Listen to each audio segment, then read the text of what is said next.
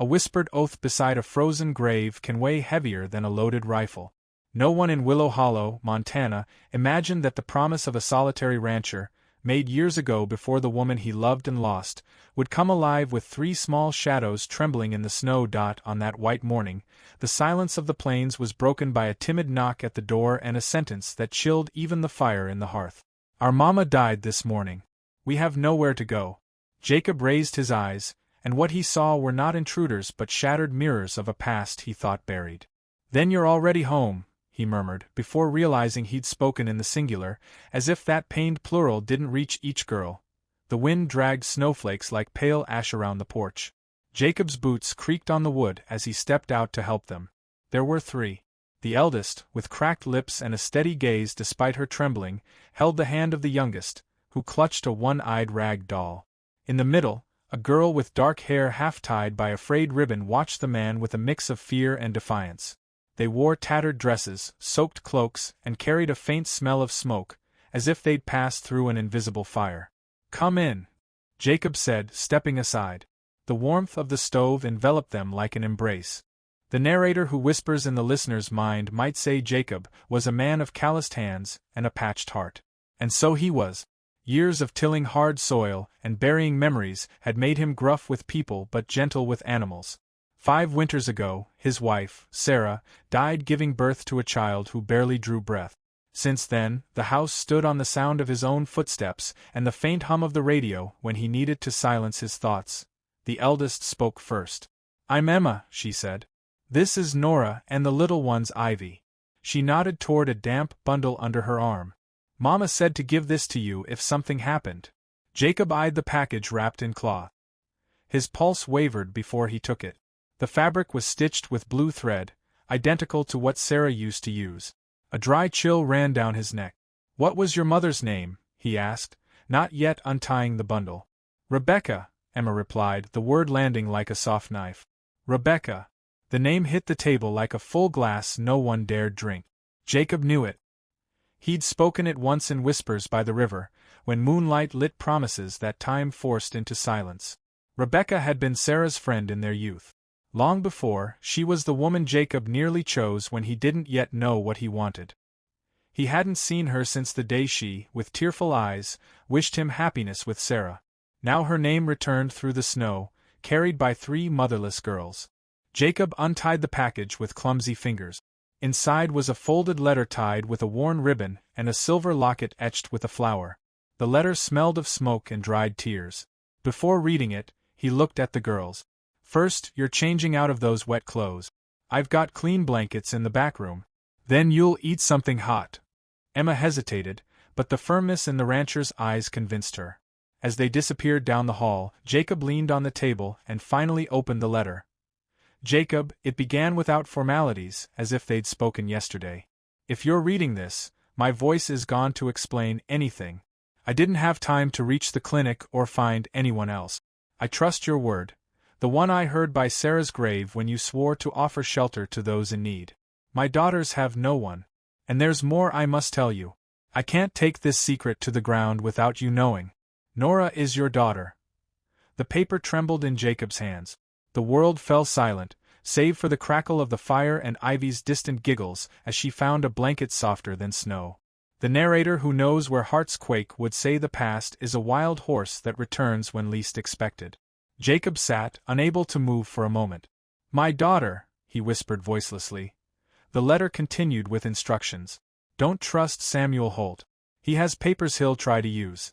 If he shows up, tell him there's nothing for him. The locket is proof. Inside is a photograph. Jacob, I'm sorry for the burden I leave, but your house is the only refuge I could imagine for them." He pried open the locket with his nail and found a small, carefully cut photograph. Rebecca holding a curly-haired baby. On the back, a date and the initial J. The afternoon light, slipping shyly through the window, bathed the metal, and Jacob felt a stab of pride and fear. Jacob tucked the letter into his jacket's inner pocket. It wasn't time to break down. The girls returned, draped in his oversized shirts and makeshift skirts from old sheet. Ivy sucked her thumb, sleepy. Nora, with her loose ribbon, shot him a look that was more question than reproach, as if silently asking, "Who are you really?" He made soup from chicken scraps and cornmeal, serving it in steaming bowls. "Eat slow," he said. "There's more." Ivy blew on her spoon with serious focus. Emma watched her sisters while Jacob feigned normalcy. "Where'd you live?" he asked, voice steady. 2 days' walk north, near the Black Hills, Emma replied. "Mama said not to go to town. We had an old cabin, but last night, we couldn't stay." Her eyes clouded. Jacob didn't press. He understood they'd fled, maybe pursued, maybe scared. Samuel Holt's name pulsed in his mind. Holt was the kind of man who bought others' land as easily as he spit tobacco, a landowner dressed in silk while others wore canvas. He'd tried to buy Jacob's ranch twice. Rejected twice. "You'll sleep here tonight," Jacob said. "Tomorrow we'll figure things out." It wasn't a negotiation, it was his call. Still, he knew the town would whisper, a lone man with 3 girls, one with eyes too like his own. Caution was needed. The dawn broke as a pink line slicing the snow. Jacob woke earlier than usual, not to milk cows but to map a plan in his head. The letter weighed like a loaded gun in his pocket. He hadn't shown it to anyone, not even Emma. He didn't know when or how to tell them. Nora woke early too, sitting by the cold fireplace, clutching her rag doll. "How'd your mama die?" Jacob asked plainly. Nora looked down. She coughed blood and couldn't breathe. "Emma said to get help, but Mama wouldn't let us split up. She said, 'Find Jacob Ellis. He'll know what to do.'" Then she stopped answering. The doll lost a thread under her fingers. Jacob felt a knot tighten, seeing his childhood hair in Nora's dark locks. "Do you know who I am?" he asked, testing the ground. "The man of the promise," Nora said, as if reciting something heard 1,000 times. "Mama always said, if all fails, find the man who swore to care for those with no one."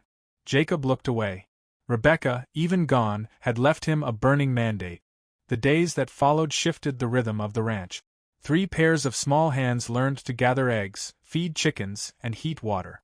Ivy laughed, chasing a stubborn rooster. Emma, at 14, tried to carry the weight of a mother's duties. Nora watched Jacob's every move as if decoding him. He found himself explaining things he'd done in silence. How to sharpen a shovel, read the sky for storms or just winter bluster, listen to horses at night for signs of prowlers. In the afternoons, when the sun peeked over the hills, he told stories of his childhood, partly to keep his own thoughts from crowding him. On the 3rd day, a figure appeared on the path. The chimney's smoke must have signaled the house was no longer empty. It was Caleb, the sheepherder from half a mile away, arriving in a creaking cart with a smile that froze when he saw the girls. "Jacob," he said, "town's saying you took in some kids during the snowstorm. Holt's asking if you need help, or if you're selling." The last word left a metallic taste. Jacob's fist tightened behind the door. "Tell Holt I don't need his help, and nothing here's for sale." Caleb raised his hands. "Don't shoot the messenger, man. Just passing word. Some think those girls bring trouble. Say the eldest is tied to a woman who owed Holt money." Jacob let silence answer. "Caleb, go careful and don't bring me gossip again." After the cart rolled away, Emma approached. "Who's Holt?" she asked quietly. "A man who thinks everything not his can be bought with paper or fear," Jacob replied. "You owe him nothing if you didn't sign anything. He doesn't set foot here." But Emma pressed her lips. "Mama owed him," she admitted, like confessing someone else's sin. "She bought medicine and food from his store last winter when she got sick. Said she'd pay with work, but he wanted more." Jacob felt something crack inside. "As long as I breathe, no one touches you." The narrator who sees the threads of things knows such a promise plants the seeds of a storm. That afternoon, Jacob took Emma to the barn. Under a hidden floorboard forgotten by the valley, he kept his savings, coins wrapped in cloth, tucked among grain sacks. "This is what I've got," he said, showing a small handful. "Not much, but enough to give Holt no excuse. If he comes, I pay, and it's done. They can't say you stayed here over a debt." Emma's eyes widened. "It's not fair." "You shouldn't. Fair would be your mother alive," Jacob cut in. "This is what can be done." Midwinter, when days were still short but the ice began to soften along the creek banks, a twist turned the cards on the table. It was a crisp blue afternoon, the sky like polished glass. Nora, curious as a cat, climbed to the attic where Jacob stored old boxes. Among rags and tools, she found a small chest with initials carved, S.E. Sarah Ellis. She opened it quietly. Inside was a leather-bound notebook with yellowed pages, Sarah's diaries. Jacob! Nora called from above. Can I read this? Jacob climbed the stairs 2 at a time, startled. Seeing his wife's name on the cover, a tremor ran through him. He almost snatched the notebook, but something in Nora's gaze stopped him. She opened to a random page that Sarah's handwriting danced with dates. April 15th, 5 months before her death. Rebecca came today, carrying Nora in her arms. She asked me to care for her if anything happened. I swore Jacob would honor it. I told her I know more about his past than he thinks, and I don't blame him. Love is like the wind, it's unseen but moves what it touches. I gave her the blue thread for the letter. I don't know how much time I have, but I want Jacob free of secrets. One day, God willing, he'll know the truth. Jacob slumped against a beam, sitting on the wooden floor. Nora, holding the notebook, saw a fragile man for the first time. Emma, alerted by the shouts, climbed up. The long-held secret spilled like a flood. Jacob took a deep breath. Listen, there's something you need to know. Your mother and I years ago, before I married, we loved each other. Then we took different paths. She came back when you, Nora, were a baby asking for help. I didn't fully grasp what she meant. His voice broke. Emma clenched her fist. Are you saying Nora? Yes, Jacob admitted, eyes heavy. She's my daughter. The silence was a chasm. Ivy, playing with the lamp's cord, didn't grasp it. Nora held the notebook like a shield, her eyes brimming but unyielding. Why weren't you with us then? She asked, voice thin. Jacob swallowed shame like bitter medicine. Because I was a coward. I married Sarah, thought it was right to not look back, thought helping from afar was enough. It wasn't. I'm sorry. Nora looked to Emma, whose face was stone, deciding for them all. That doesn't change that you've cared for us now, Emma said slowly. But it does mean we're not just a burden. One of us is your blood, what about the others? Will you love us less? Jacob shook his head fiercely. You're all part of this house. You were the moment you crossed that door. The narrator, who knows how stories turn, sees a revelation not as an end but a spark. Emma hugged the notebook. We won't tell anyone. Holt could use this somehow. Jacob nodded. For now, it's our secret. But there'll be a time for each of you to know where you fit. They left the attic with a shared weight that, oddly, bound them tighter. Weeks passed with Holt's shadow looming.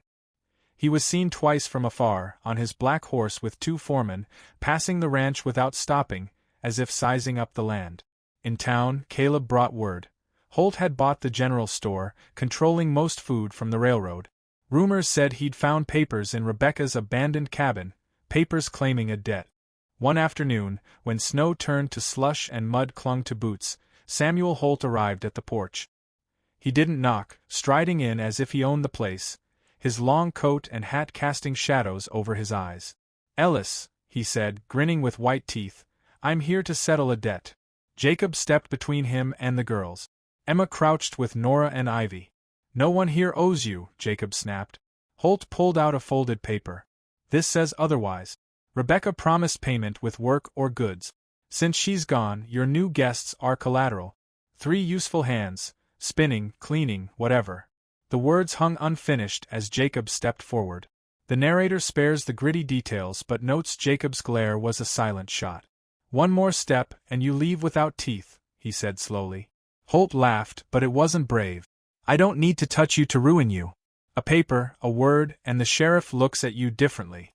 A rumor, and Father Amos stops blessing your door. But I'm a businessman. Pay what Rebecca owed, and I vanish like April ice. Jacob tossed his small bundle of coins on the table. Take it and go. Holt counted, feigning pity. Not enough. But I'll deal. I want your northern land. Sign it over, and the girls stay, for now. Emma, from the corner, clutched the locket, knowing it and the photograph held proof, though not yet clear of what. Jacob shook his head. I'm not selling. Holt's eyes turned cold. We'll meet again soon. He left, leaving mud on the clean wood. That night, Jacob decided waiting wasn't enough. He showed Emma the letter and locket. This proves Nora's my daughter. Holt can't claim her. You and Ivy are her sisters. I won't let you go. But if he brings more papers, we need stronger proof than words. Emma frowned. Mama hid something under the cabin floor. I saw her once, thinking we were asleep. Maybe there's papers to counter him. Jacob looked surprised. Can you take me there? Emma nodded. At dawn, before the sun touched the pines, they left, leaving Nora and Ivy with Caleb, who swore to guard them with his life. Rebecca's cabin sagged among bare trees, its roof bowed by snow. The silence was heavy. Emma pointed to a loose board behind the stove. Jacob pried it up with his knife. Beneath was a leather-wrapped bundle, a ledger with names, amounts, and a note. Samuel Holt charges triple what's fair, signs no receipt. Says his word's enough. If I die, let it be known. R.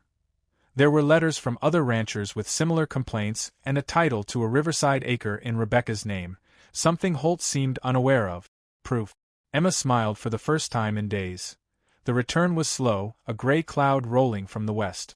Halfway, a gunshot split the air, splintering a nearby tree. Jacob shoved Emma into a ditch.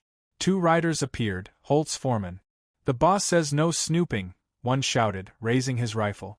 Jacob, not one for guns, carried Sarah's old shotgun for coyotes. He didn't aim to kill, just scare. 2 shots skyward made the men hesitate. Emma, quick as she'd learned to be, threw a rock, striking one's forehead. In the brief chaos, shouts, a rearing horse, they escaped through a bramble shortcut, the bundle pressed to Jacob's chest. They reached the ranch at dusk, exhausted. Caleb, pale, said Holt had come by twice, asking for them. Nora and Ivy were safe but worried. Jacob and Emma spread the papers on the kitchen table. This proves Holt's cheating half the valley, Jacob said.